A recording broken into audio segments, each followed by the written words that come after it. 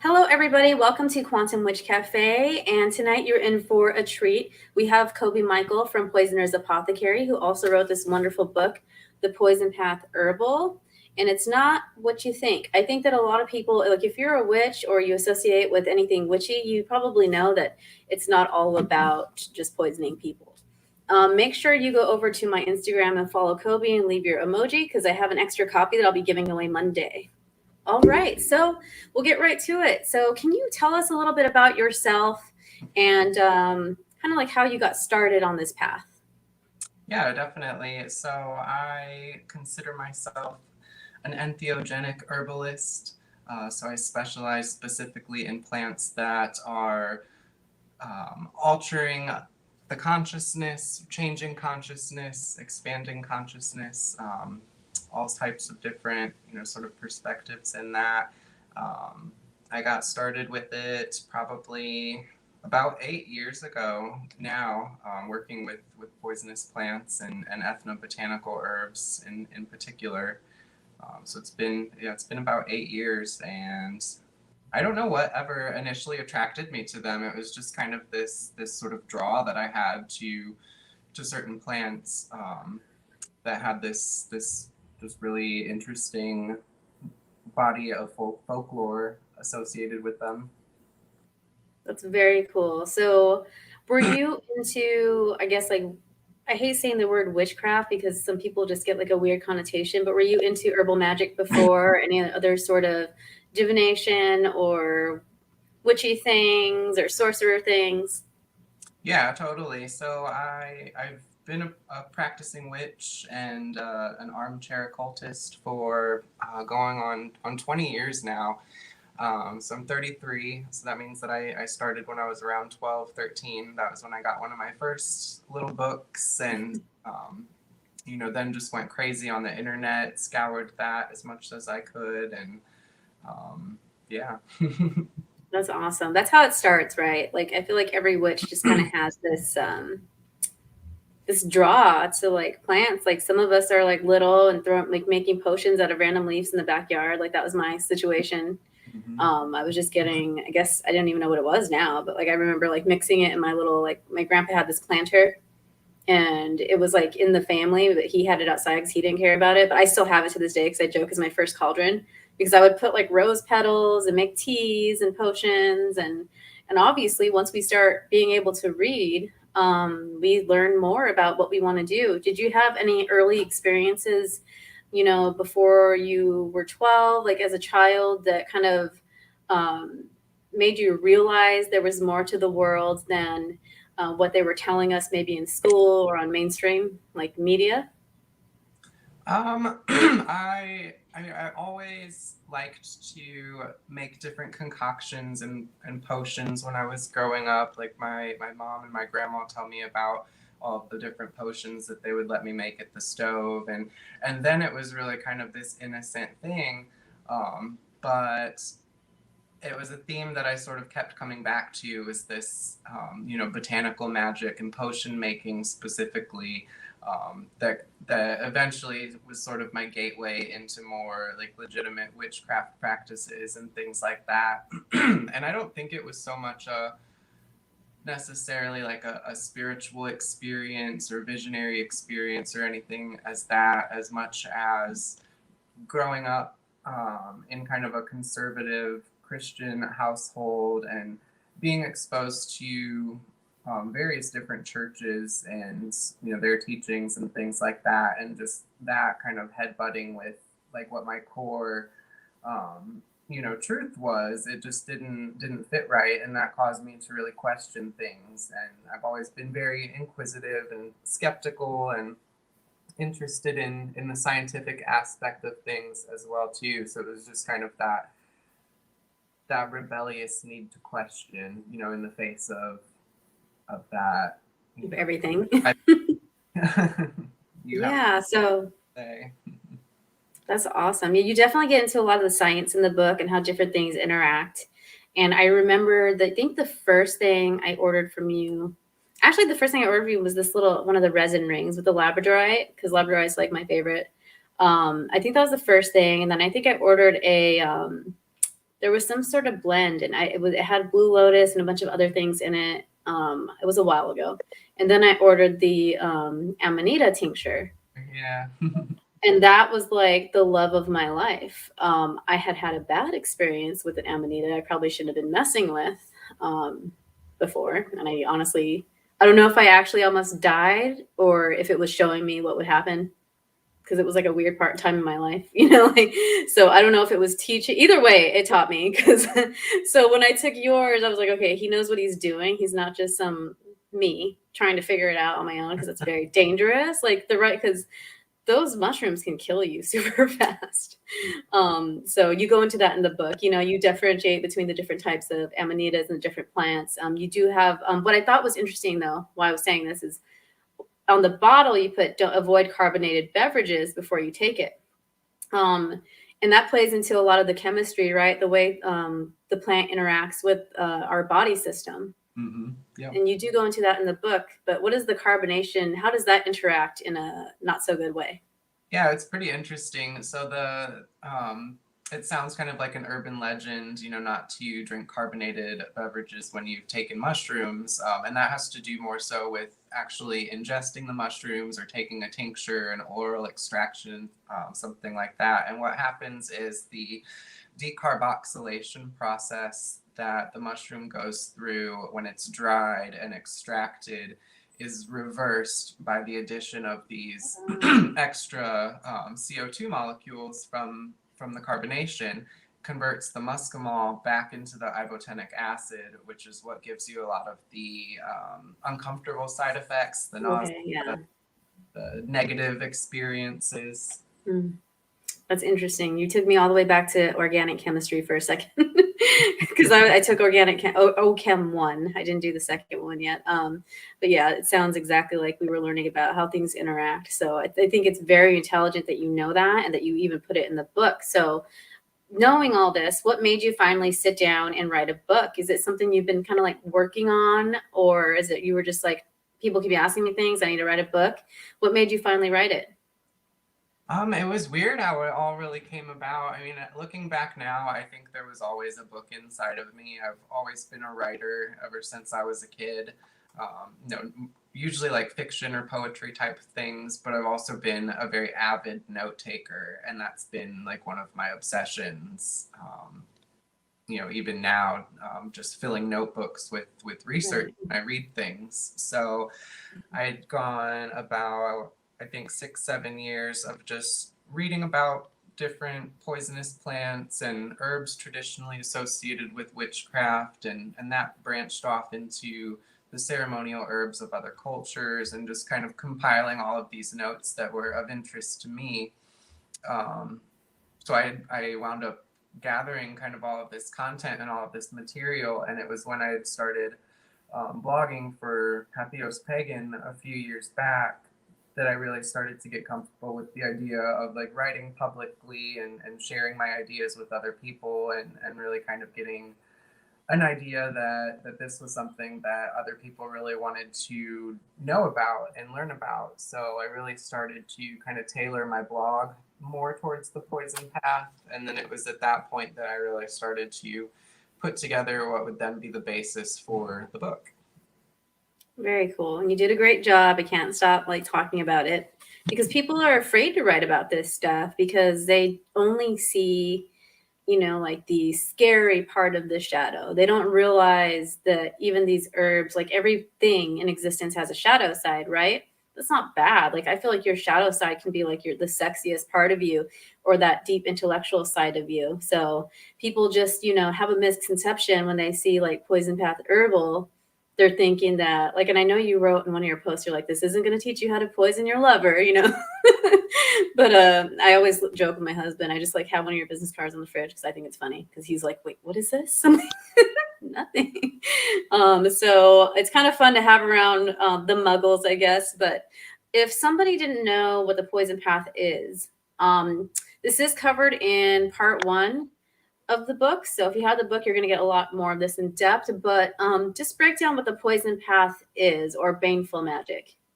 Yeah, so when you have a business called The Poisoner's Apothecary and you wrote a book called The Poison Path Herbal, the first joke that people like to make is like, oh, I need that for my husband, or oh, I don't want my wife to find out about that. And that's always like kind of the context that it is in.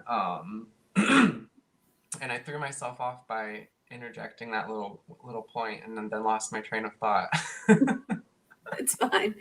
So, what's the poison path? And yeah, that's the running joke. Because even friends, when I shared it, they're like, "Oh, haha, put it. Don't let Logan see that," or like, you know.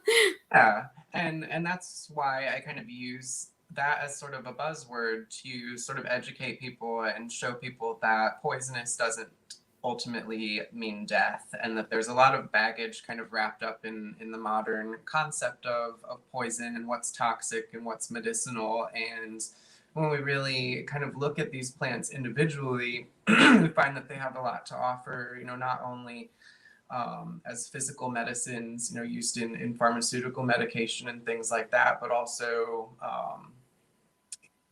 they're teachers and can offer profound healing and transformation and, just facilitating different states of mind. And so just educating people and kind of using, poison as the means to do that, because it does get people's attention. It's in a way, it's kind of seductive and secretive and occult. And on the other hand, it's very dark and dangerous and sinister. People are naturally kind of attracted to those things because they're things that we're afraid of, things that we're not familiar with. Yeah, absolutely. So, I saw you, so I first became aware of your work at the Witchcraft Fest in Louisville, Kentucky. And I want to say it was 2017, 2018. And I was like walking around. There's all these there's a lot of cool stuff there because it's all, handmade, and it's everybody putting their craft out there, and it's beautiful.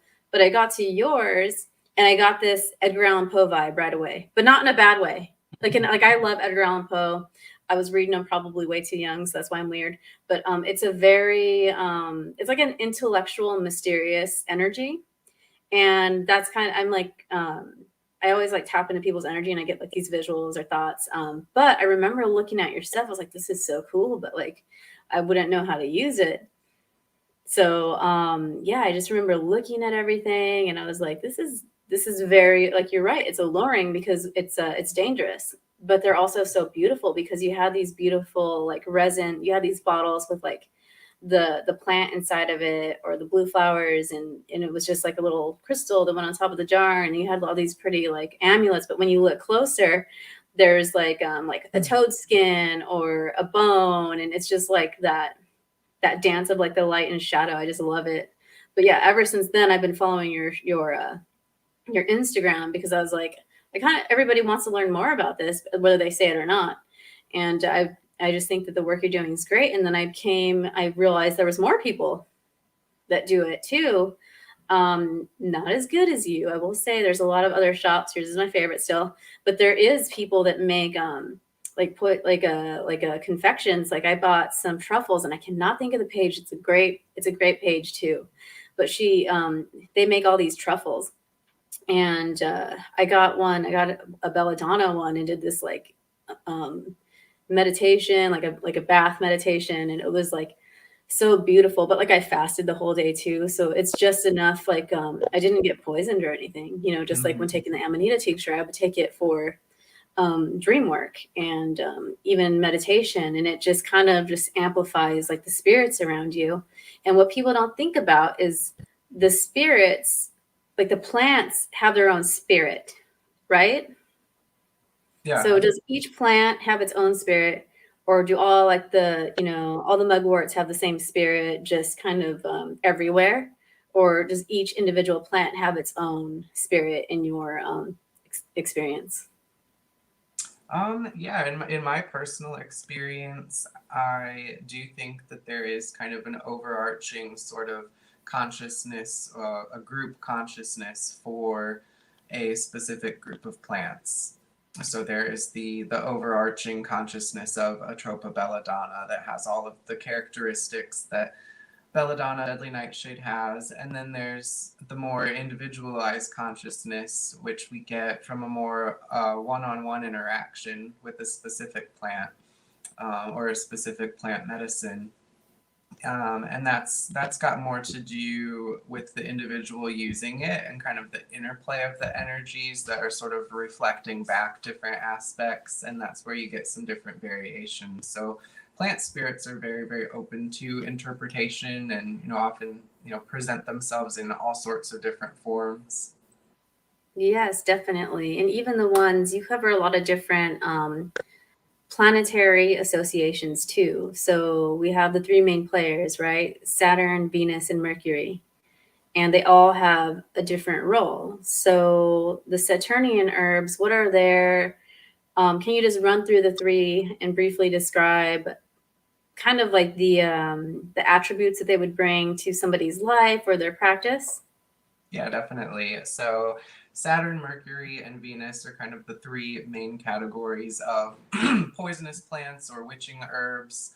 We have Saturn, which is going to be associated with things like necromancy, death, the alchemical stage of nigredo, of being broken down, reduced to bone, so shamanic death, binding, banishing, things that have to do with the past, karma, life path sort of things, just very Saturnian, time-related things, so very long-term. Then we have Venus, which of course is obviously going to be aphrodisiacs, which is a really interesting topic in and of itself, because we have different ecstatic states and things like that, but then also glamour magic, manipulation magic, and influence magic. And then Mercury, which is more of the traveler, the journeyer, the shapeshifter, going through different realms and things like that. So those are sort of the three main themes that you see manifest the most frequently in the poisonous plants. Yes, definitely. And you have all the beautiful sigils in there too, that correspond to each plant. And I just love like how you add the history as you're just, because I think it's like part two, right, where you go through the plants and you describe kind of like each one for the most part that that are out there, and you tell a little bit of the lore. Like the mandrake kind of was like very interesting to me, because you almost had to treat it like a baby or like a poppet, to feed a poppet, or like a gree bag, which is or a mojo bag, what people call different things. Like you had to feed it. And I thought it was interesting that people kind of kept them like for a very long time, like generations. And everybody knows it from Harry Potter, the mandrake. Oh, that's the mandrake baby. But yeah, it's very interesting that people like pass things down like that. Like my family did it. They're Catholic, so it's one of those things where like nobody like passed herbs down to me. And I have two sons, so I don't know which one of them is going to be a witch, or but I think it'd be cool one day to just hand them like some herbs. Like I've had these forever, and Um, so you already answered that question. I do have a list of questions, so I keep track of what I'm asking you, so I don't ask the same thing twice. Mhm. So in your opinion, if somebody starts getting curious about working with these different types of medicinal and entheogenic plants, what is like the first step they should take in starting to build a relationship with this sort of magic or path? First step would be to go out into your local environment, the landscape that you live in, and kind of start investigating and see what sorts of plants that you're drawn to, and try and identify them. And you will likely find that there are a lot of poisonous, invasive, or baneful herbs that are right in your local area that have their own, totally different characteristics, their own insight that they can offer through looking at them in different ways, and then also, incorporating them into medicine. There's nightshade growing all around us. So if you're interested in working with nightshade, finding things like bittersweet nightshade, black nightshade, datura grows all over the place too. Mm. So they're out there, and it's just a matter of kind of developing that familiarity and initiating that exchange, and just becoming familiar with them in their physical space and their growing habits, while simultaneously doing meditations and doing research to kind of bring in some of those additional insights, focusing on visiting a specific plant over an extended period of time, and not working with any other plant allies during that time, and kind of see what different things are coming up in your mind throughout the day or as you're dreaming or in meditation, that could possibly be related to that plant spirit, or the plant spirit trying to reach out to you in some way. Yeah, that definitely makes sense. I do that with crystals, and I tell people, like, I have a lot of friends. People are becoming more open to metaphysics, I guess, and they will be like, "Oh, I saw this one in the bowl, and I just had to have it. And how do I use it, though?" I'm like, "Well, you're already using it because you picked it, or it picked you. In some cases, it caught your eye." And I always tell them, sleep with it, stick it in your bra, your pocket.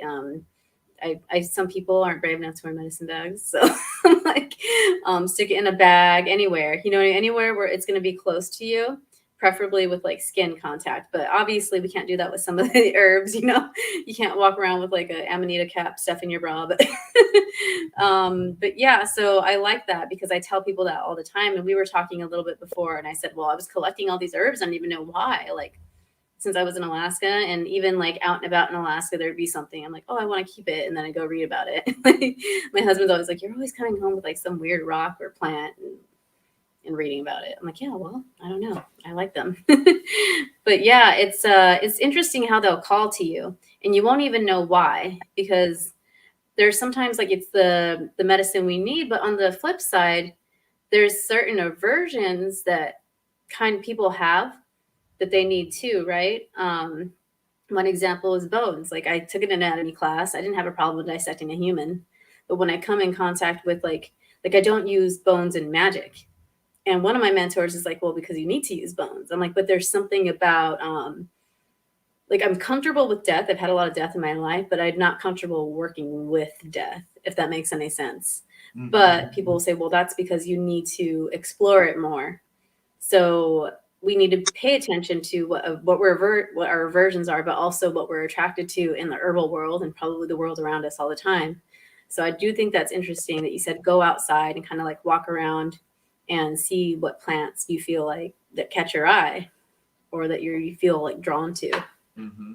Yeah, that's all just a really good point and a really good example of, approaching this kind of like you would any other, magical or metaphysical practice, with keeping in mind that they are very potent plants and, they do have the potential to harm you. So don't go around, putting things in your mouth like that. But we've got all of these different methods available at our disposal to incorporate things into our spiritual practice in different ways, to get the benefit from them that don't necessarily require eating something or going to that extreme.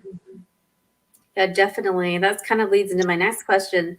Is it enough to have it just near you? Like, I love this little ring, and I lost a little bit of weight, so now it's a thumb ring, but I just love having it near me. It makes me feel a certain way. So to me, it's enough to have it near me. But is it enough for people to kind of have it like say they wanted to work with a plant and they wanted it for like dreaming? And I use like herbal pouches, but is it just enough to have it near you, or is that a good way to start too? Like, just having it maybe like growing in your garden, but you're not actually bringing it inside, because some people are kind of like chicken about it, like they're afraid that like everything's going to kill them, and so even with like normal herbs like mugwort, people are like, oh, mugwort, that sounds like everybody always says, any plant I say, they're like, oh, it sounds like Harry Potter. And like, mm-hmm. It's very real. I mean, Harry Potter came later. Don't get me wrong, I love me some Harry, but is it enough? Like, say somebody have it like in a jar next to their bed or in one of your amulets, which you guys have to go see because they're gorgeous. Thank you. Yeah, definitely. Vibrationally and using them in sympathetic magic. I mean, we use charm bags and intentional oils and talismans and all of these different things vibrationally, just having them near us, because of the subconscious connection, the energetic connection, the spiritual connection. And it's the same with poisonous plants and all plants. So just because they're poisonous, there doesn't necessarily mean that they're going to be that much more effective for you than any other herb would be. But on the other hand of that, they are the plants that have the most association with magical practice and the spiritual world and making that connection. And they have some of the largest personalities and also the most profound effect on our own energy field and our own life force. So they are very potent. So I definitely think that proximity is definitely a viable way to work with them. That's awesome. Yeah.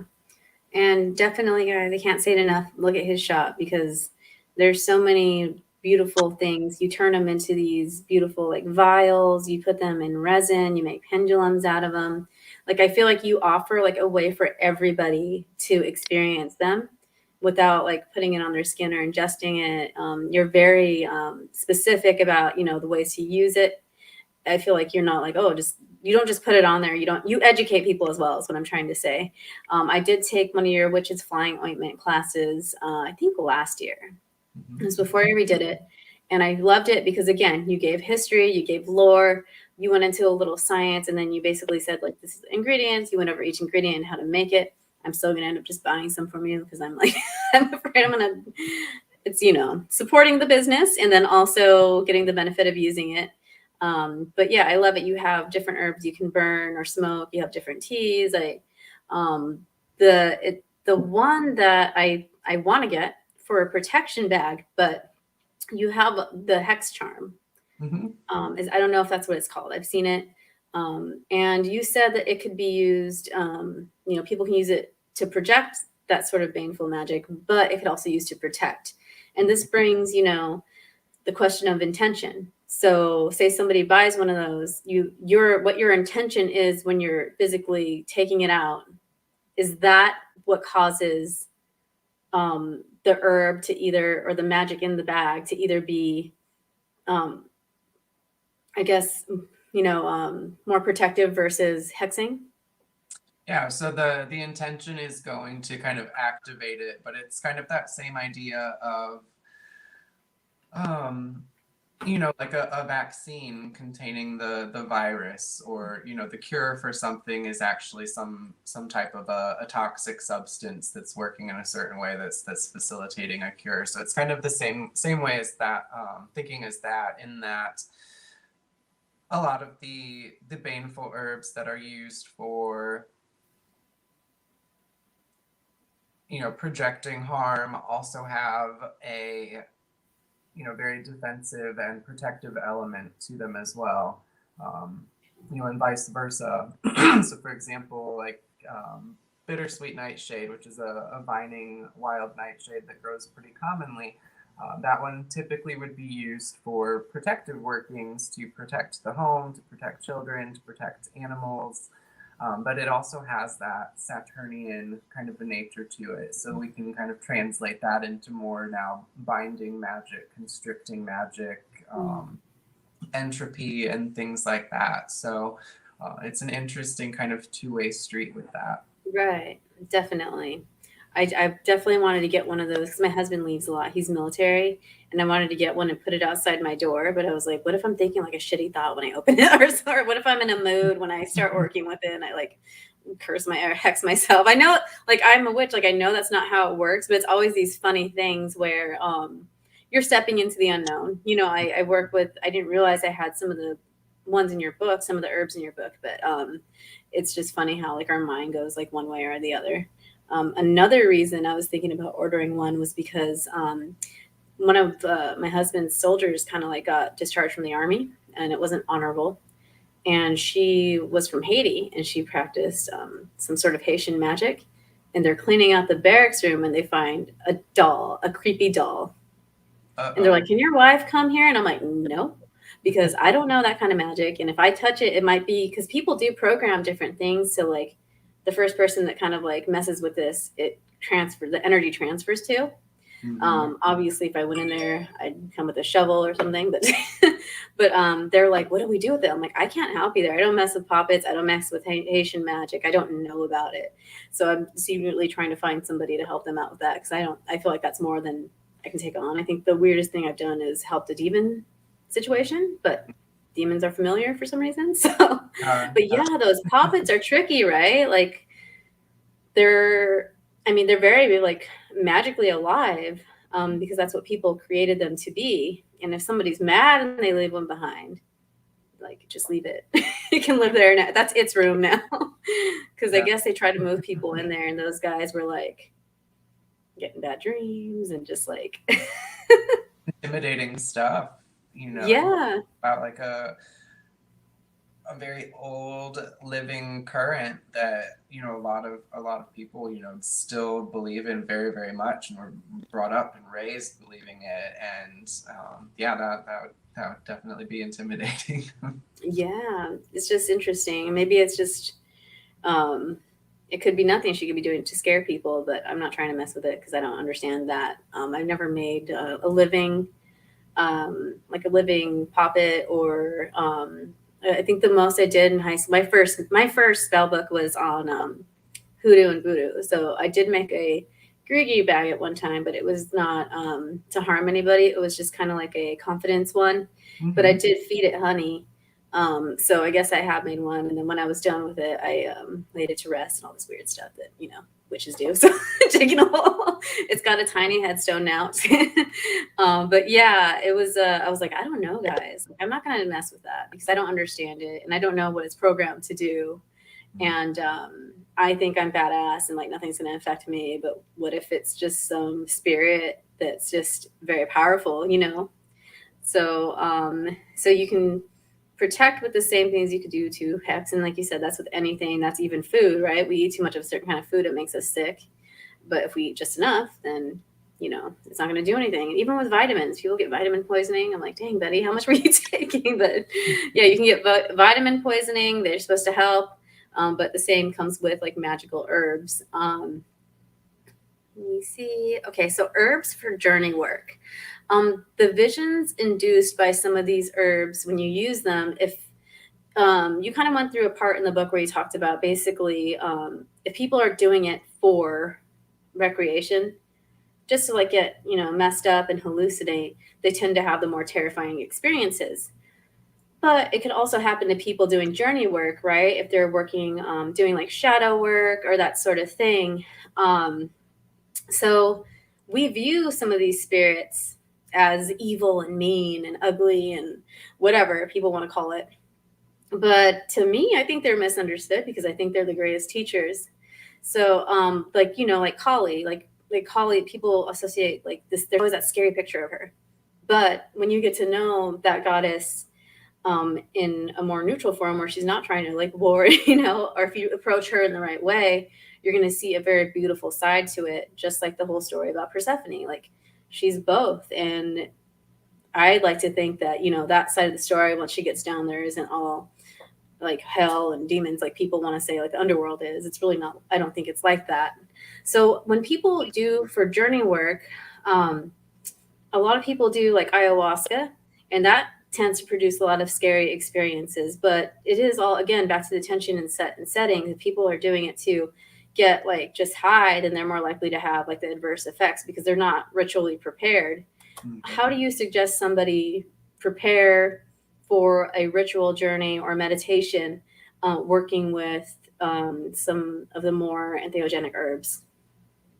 Yeah, so if we're talking about a true entheogenic ritual where we're really experiencing an entheogenic level of the plant medicine, sometimes there isn't anything you can really do to prepare for it, and it's going to be an intense experience, and it's going to bring up a lot of things that you maybe didn't want to think about or didn't think that would be brought up, and things from your past and stuff like that. And there's really no way to completely prepare for that, but just kind of understanding that it's all part of the experience. You know, that's kind of the point of the catharsis and the healing and the insight that comes from going through this, you know, sort of shamanic death process where the ego is really just stripped away and you're kind of made helpless, and then the process of kind of working back through that and coming back down to reality and sort of reintegrating is where a lot of the you know, insight and healing actually comes from. You know, the best things that you can do to prepare are, you know, just like the usual fasting, avoiding things like caffeine, alcohol, sugar. Some people will go as far as abstaining from sex. Of course, meat is a thing to avoid if you're taking any type of entheogenic herbs, because that just interferes with the absorption and the body's ability to process it. But just approaching with reverence, mindfulness. The ritual aspect doesn't have to be extremely elaborate. It could be as simple as like sitting around a fire, or you know, burning incense, or sitting there with a drum or something like that. But anything to kind of keep the mind focused on the sacred aspect of it is going to kind of ward off the potential for some of those more sinister experiences. You know, now with plants like the nightshades, they are darker by nature, so the visionary experiences with nightshades are often much more darker in theme and darker in tone, and that can appear frightening to a lot of people, but it's just the specific nature of that particular medicine. Yeah, definitely. Like I was telling you, the whole me thinking I was gonna take some amanita and it was not, and I still took a little bit because I'm afraid, obviously. But yeah, I got really sick, and normally when I take like a mushroom, I get like very like ethereal kind of things happening. I was not in a good frame of mind. I was going through a depression, postpartum depression, and I decided I was just going to do it. I wasn't nursing anymore, for the record, but I took too much and I got really sick, and I passed out on the floor, and I had like an out of body experience, and basically was shown like, this is why you can't leave. And basically these kind of like light being things were around me, but there was also like darker beings too, like shadowy figures. And it was just like both of them there, and both telling me like to go back. And I will never know to this day if I actually had an out of body experience or if it was working and doing its work and showing me like, this is like, you're not supposed to go now, basically. So that will be one of the most perplexing but kind of life-changing experiences I had with the plant. And then I got to my senses and started ordering your tinctures so I wouldn't die anymore. But yeah, that's what, you know, it wasn't bad. It was bad at the time. I was like, oh my gosh, I'm gonna die for real. Like, I'm out of my body right now. and there's these beautiful beings, but there's also these terrifying beings, and they don't want me to come with them. So that's, you know, they won't let me come with them, because I was going to the light ones like, let's go, you know. Nope. Yep, exactly. I'm like hanging on to them. So yeah, that's one of the things that people need to prepare for. Like, sometimes you will see something really scary, and this happens with other mushrooms too. You know, people get these crazy, like, they get this like weird, they feel connected when they're using herbal magic. And I think that, you know, a lot of these other herbs can do that too, because even with the amanita tincture, I did obviously start with a little bit and kind of worked my way towards where I was feeling more light, I guess, more vibrational. And I did have, so I did that, and I had some blue lotus burning next to me. And I had like this crazy, it was the first time I astrally projected while I was meditating in trance. Like, it's happened in my sleep. I've always been like a dream person, like a dream walker type person. But this is the first time that I like had this astral projection and saw myself like sitting in my meditation room. That was freaking cool. Like, that's one of the more beautiful experiences, because you get out and you can go anywhere you want in the universe. And it's very much like lucid dreaming, where you can do fun things like hop from building to building and whatever people do in like fun lucid dreams, or you can do work. And I was trying to do work. I was trying to go contact beings and, you know, show them Earth if they hadn't seen Earth yet, or, you know, just connect with something higher than yourself. And I've only been able to do that with herbs that people say are kind of scary. So thank you for those magics, because they worked very well. So we have the difference between recreational and ritual use. We did talk about set and setting and intention. So people often want to try things like, you know, because it's cool or whatever. I don't know that the poison path has become trendy yet. I don't know if I'm seeing it more because I'm looking at it more, but some people, like, you know, might think that it's fun to just do it as recreation, which is not recommended, right? Like, you don't go, you're just going to have a bad experience. So I'm not the only person I know that has aversion to bones. When you make some of your amulets, you use different types of like bones or like snake skin, and you do it in a very artistic way. Like, it's beautiful. Like, I think you did one with a snake skin one time, and I was like, I really want that, but like I'm kind of like afraid of it because I don't know why. But so what is the role with you know, remains play with the herbs? Like, how do they work together? So they're just another materia magica. So when I'm creating the amulets, I'm generally, it kind of happens in sort of a stream of consciousness. You know, I used to maybe sit down and say I wanted to create an amulet for this specific thing, and if I do a custom order, I still do, but it's really something that just kind of comes together on its own. And I've got, like you said, all of these different little jars and baggies of plants and things that I've acquired and not known necessarily the reason for. And I'll be here working and, you know, just have like an idea come into my head of like, oh, if I combine this with this, it would be good for that, or it would kind of represent this, and create like these more kind of nuanced meanings and connections. So it's like a very artistic kind of spiritual process working with the plants and the other ingredients. But the bones in particular, I use a few different ones, typically coyote, bat, toad, all of the animals typically associated with witches or shamanic practice, shape shifting, that sort of thing. So they are also, you know, kind of the animal equivalent of poisonous plants, I guess. So there's a lot of sort of synergy between certain poisonous plants and certain animal spirits as well. Datura and coyote, for example.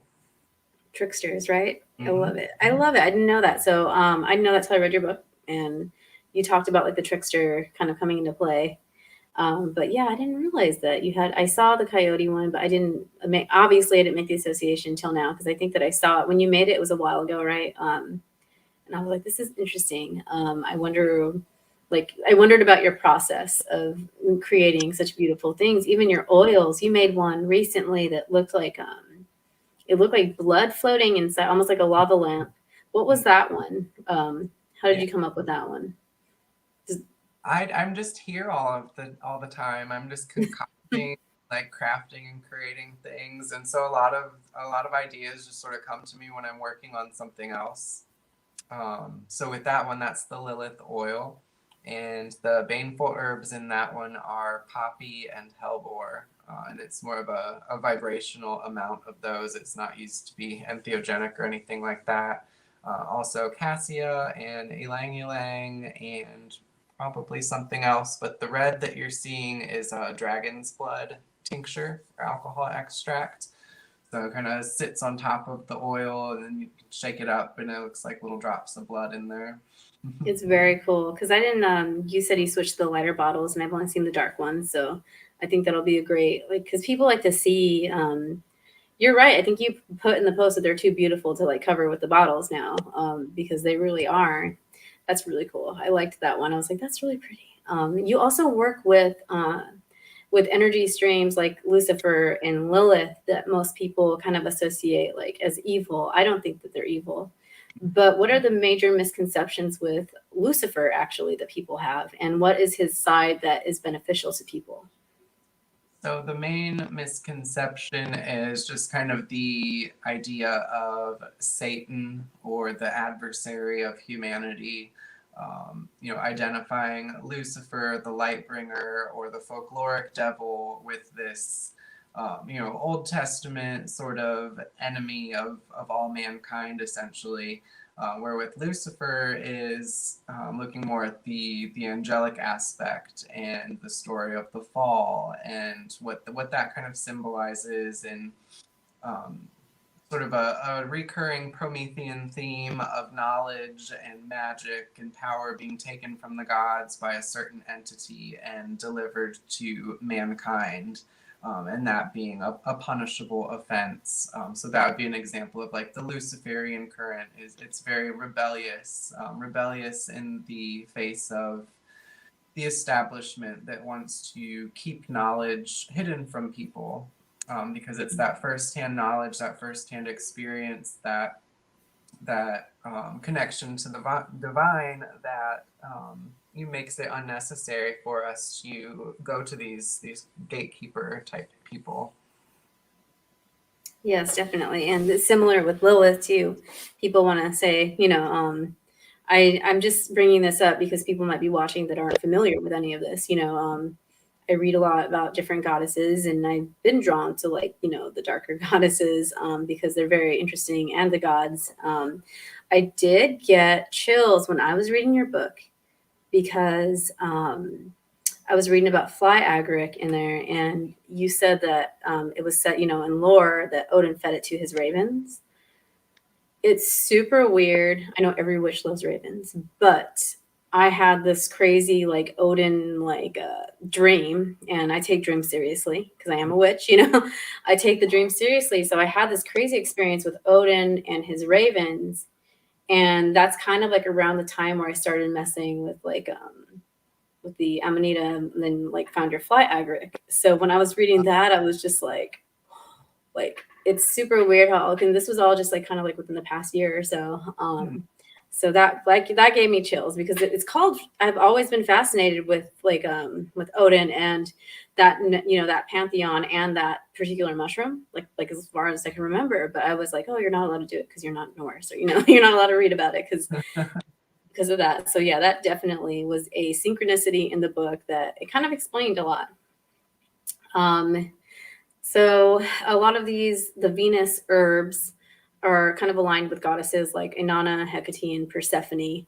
And again, those ones have always sort of resonated with me. I don't, and same thing with the Lilith and Luciferian energy. So I think that it's really cool. I feel like you're show, and I've always stayed away from it because of Catholicism, right? Being raised Catholic, obviously I'm not Catholic anymore, but you have this inherent guilt about working with these energy streams. So when you start working with these more what people consider shadowy type aspects of yourself or of the gods and goddesses, I think that the plants kind of give you an in with that. I think that you're showing people how to work with these more mysterious plants and gods and goddesses without having to dive right in and not know that there is the light aspect to them. So I think that I think whatever you consider your mission to be is very great, because you're showing people how to use these in your book. Like you said, you have some hands-on stuff in here that people can do, but none of it is it's all practical. People don't realize the practical uses of these. Like you said, some of them are used for like some of the numbing can be good for muscle aches and stuff like that. So I think that it's really cool that you covered all of that you're doing this work, because we have a lot of people that are love and light. We have all the people that want to bring everything's light, everything's light, everything's light. And we have this duality throughout the universe that we need to acknowledge. And I feel like these plants are just so beautiful, but they're also the side of people that they don't know. I wouldn't say they're afraid. Some are afraid to explore it, but maybe they don't know how to explore it, which is my case. So You're doing a great job. Thank you. So the book is divided into three parts. One is kind of the basics, like, what is the poison path? And then you talk about the three ways of the poison path, and that's where a lot of the herbal stuff is. But you talk about some other common plants towards the end, like mugwort, and even lady's mantle, even myrrh, cassia. So people don't realize that those herbs, are more, on the, like, I guess the side of like the poison path can work with it, or the more baneful side of it. So I didn't know that until I read your book. So, but I have been collecting a lot of those herbs, and I'm like, oh, I guess I've just been slowly coming around to this. So do you grow a lot of your own herbs? I know that you, at one point you had a really big garden. And you moved a couple times, but do you kind of are you like a pro at growing? You even go through how to like grow certain, like you have growing tips at the back of the book too. So do you, anywhere you moved, you just automatically start up your garden? Usually I try to. I did used to have a really big garden. This was probably 6-7 years ago now, and I've been really growing in apartments and wild harvesting and things like that. It's been all over the place. But now that I'm finally settled down back here, I've started all of my new seeds and got all of my new little baby plants and things like that. So I'm very excited to see them start to mature. Yes, definitely. And I know you've posted some little babies before too. They're so cute. I love plants.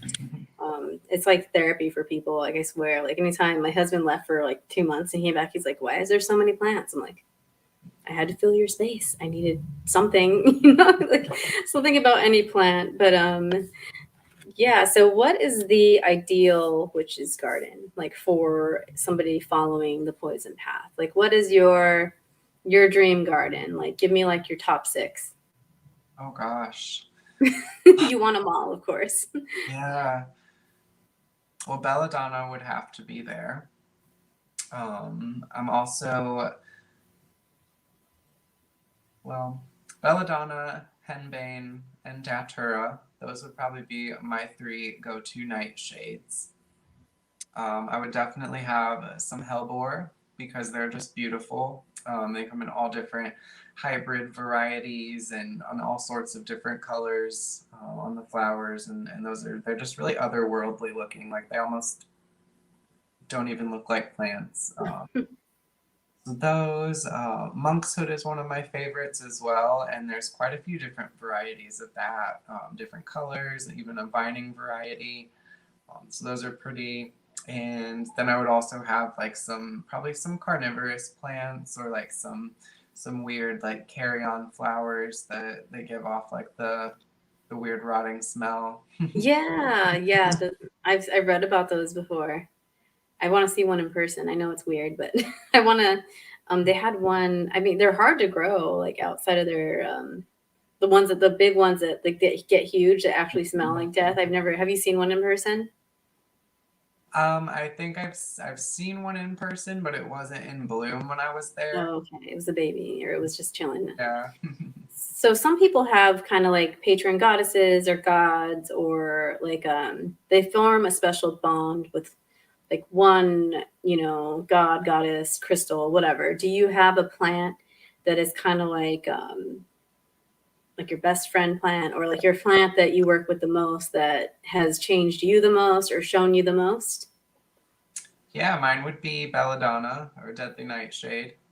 That's kind of my go-to, my power plant. I think is kind of like the one that sort of facilitates and makes the relationship with all of the other ones happen. Yeah, so that's kind of my right hand plant. That's awesome. I don't have one yet. I dream a lot about mugwort, but I guess the mushroom, like the fly agaric's, definitely on my favorites list. It's just, I like it, and even after it almost killed me, I guess, or whatever happened. Have you had any scary experiences, like, oh shit, I took too much, or I worked with you too much? Have you ever had anything like that happen?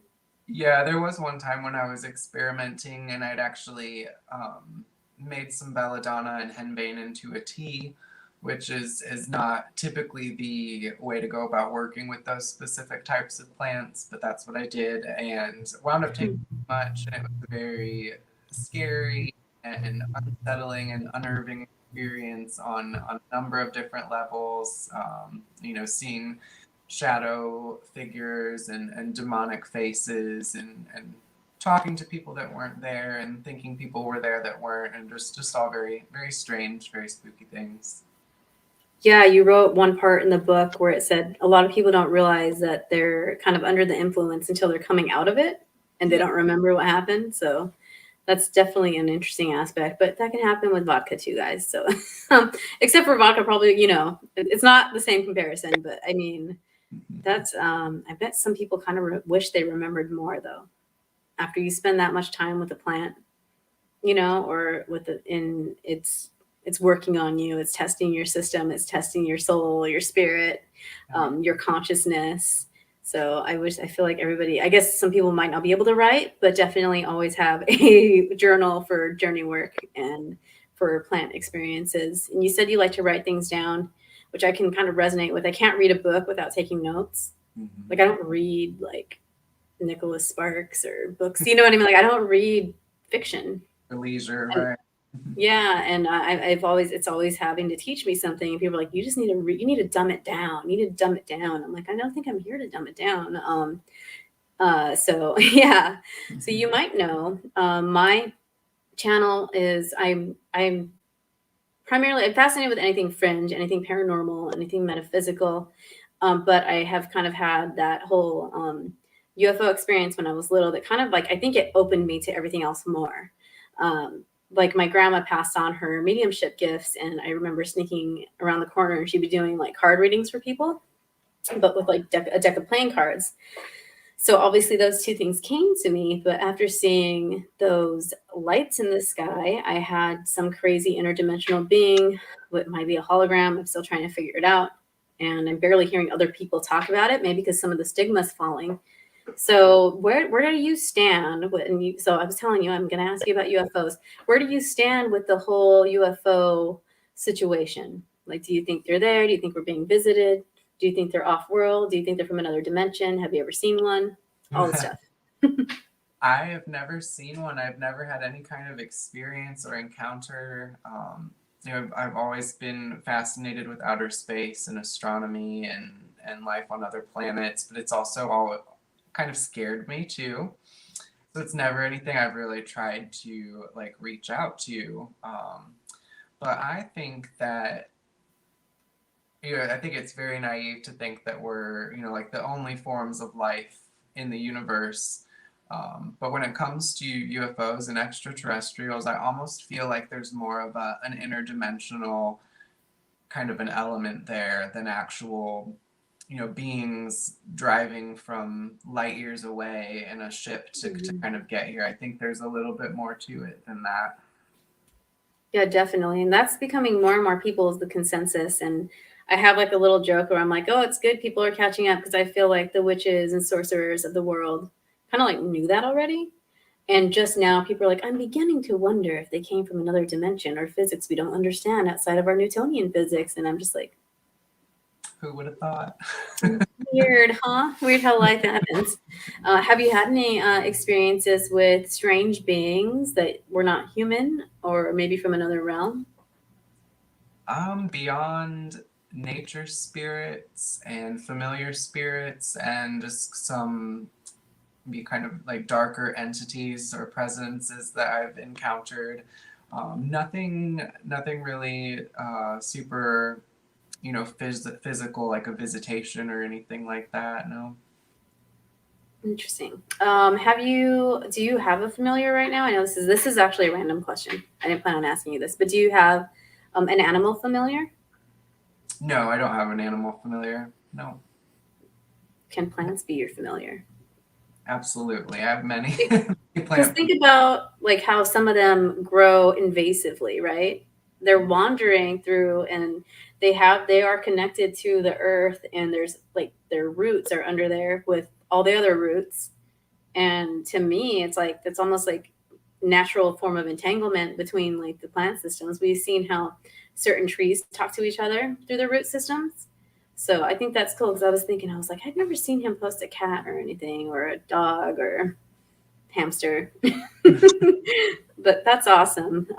That's why I wanted to ask you. So I was like, oh, I wonder, like, because plants, I mean, and people, I heard this one girl tell me that her familiar was a crystal, which sounded crazy to me, but she said, no, like, think about the mine it came from. Like, there's still part of it in the earth. And I was like, I never thought of that. Just everybody's different experiences with different magical items.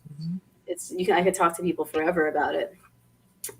Okay, so where can people find you? We are on the hour now. I don't want to keep you all night, even though I probably could ask you questions forever. So where can people find you? I do have his link inside the description, but just for purposes, where do you prefer people contact you? Where can they find your shop and order your book? Yeah, so you can find me on social media at the Poisoner's Apothecary and at Coby Michael. If you have any questions about plants or anything on the website, you can shoot me an email at thepoisonersapothecary@gmail.com. And then all of my formulas, classes, the book, plant information, and all of that is at thepoisonersapothecary.com. You have a Patreon as well, right? Yeah, yep, I also have a Patreon. That's awesome. So in their Patreon, you give, did you have like a kit at one point, or am I making this up in my head? Yeah, so I do different samples kind of throughout the year, different ointments, oils, incense, smoking blends, all of the things that I make and sell on the website. I do different little sample sizes and send those out to the patrons, one of the tiers, and then we do like regular plant journey meditations and just different chats like about everybody's experiences in working with the plants and ritual. That's very cool. So go check him out. There's something for everybody in that shop. I swear you're going to find something and get fascinated by it and want it. And I definitely want a lot of things in that shop but I'm like, I had to stop ordering stuff all the time because I have a habit of ordering things. So, but yes, go to his shop and definitely check out his book. There's something for everybody. If you want to try and win a copy, go to my last post. It's not going to be my last post, but it's going to be post with Coby and this picture. And just comment an emoji and follow him. And I'll put you in the drawing. It'll close on Sunday night. And then I will pick it on Monday and let everybody know who gets a cool book. Because his awesome publicist sent me one, and she's like, well, do you have one? I was like, well, I bought one, but if you send me one, I'll give one away, because I feel like that's fair, like, but I couldn't wait, because she was like, oh, I'll send you one. Then I was like, no, I ordered it already, because I'm impatient and I wanted it for a while. And I was like, oh, well, it's kind of like for work, because I'm gonna have them on the show, so like But thank you so much. Hang out for a minute after we end the broadcast. Thank you everybody in the chat that has come. Carla, Carolina, Alien Girl, Diesel Girl, Laura, and Joss is probably back in bed now, but he always says hi to me. Thank you so much, everybody, and I will see you on Saturday. I'm going to be on Prime Time with Josh and Artemis. And then this Sunday, we have UAP Book Club. Have a great night, everyone.